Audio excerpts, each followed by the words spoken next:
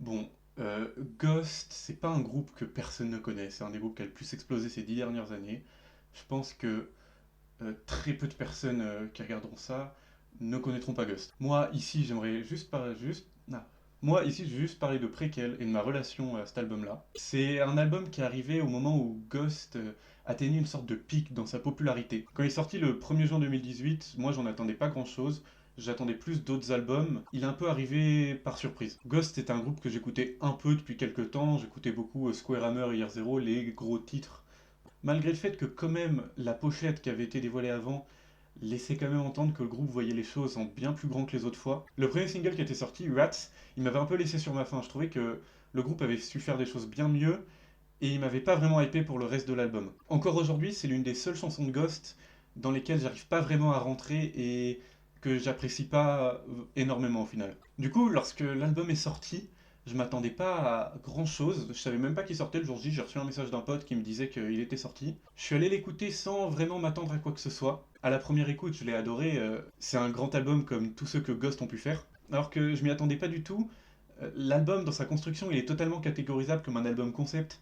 Par sa progression et ses thèmes récurrents, il vient nous raconter une histoire sans jamais expliquer explicitement de quoi ça parle. Ça nous laisse la comprendre, contrairement à ce que pourrait faire par exemple Glory Hammer, en vraiment racontant des histoires par le texte. Cette sorte d'équilibre dans sa construction, ça m'avait fait développer dès le lendemain une sorte de relation assez spéciale, dans le sens où dès le lendemain de la première écoute, j'arrivais plus à écouter autre chose que cet album-là. C'était assez compliqué, par exemple, le matin je prenais le bus, j'ouvrais 10 heures pour savoir ce que j'allais écouter, et en fait j'arrivais pas à aller cliquer sur autre chose, sur un autre groupe, sur un autre album. Vraiment cet album il m'attirait, et pendant quelques temps j'ai vraiment pas réussi à écouter autre chose que cet album-là. J'écoutais cet album en boucle sans rien écouter d'autre pendant plusieurs semaines, et à la fin, même à l'intérieur de l'album, j'ai sélectionné et j'en ai écouté plus que certaines. Les riffs dansants de Danse Macabre, ou encore les mélodies qui me faisaient penser à du ABBA de Witch Image, ça avait fini par me lasser, et les seuls qui m'obsédaient encore c'était le final et les deux qui étaient purement musicales.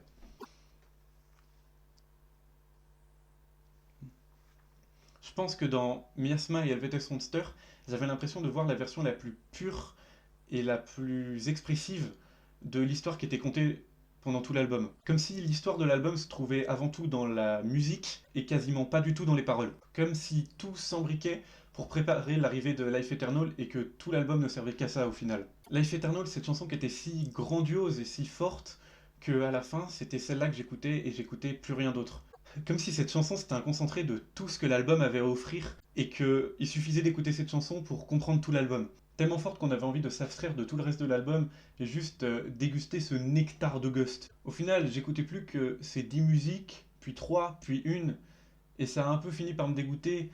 Et je me suis éloigné de cette partie-là de la carrière de Ghost pour aller écouter d'autres groupes et ce que j'avais pas encore fouillé de fond en comble dans la carrière de Ghost. Je supportais principalement plus Life Eternal qui, à force d'avoir trop de saveurs, avait justement perdu toute cette dernière un peu paradoxalement. À force de réécoute, loin devant la période où j'écoutais que ça, j'ai redécouvert les 9 autres, qui à l'époque avaient perdu tout mon intérêt et qui aujourd'hui redonnaient sa saveur à cet album. Cette même saveur que j'avais perdue en voulant en trouver la forme la plus pure dans Life Eternal. Au final, je pense que Life Eternal, dans sa forme la plus pure, c'est tout le reste de l'album. Life Eternal, c'est une sorte de conclusion qui vient résumer tout ce que tu as reçu pendant l'écoute de cet album, et qui prend donc tout son sens que comme cela. Life Eternal, elle prend tout son sens comme fin aux 9 autres, quand on découvre petit à petit et qu'on finit sur le final grandiose qu'est Life Eternal, que pendant tout l'album, on nous donne des bribes de stem qui va revenir et qui va exploser à la fin.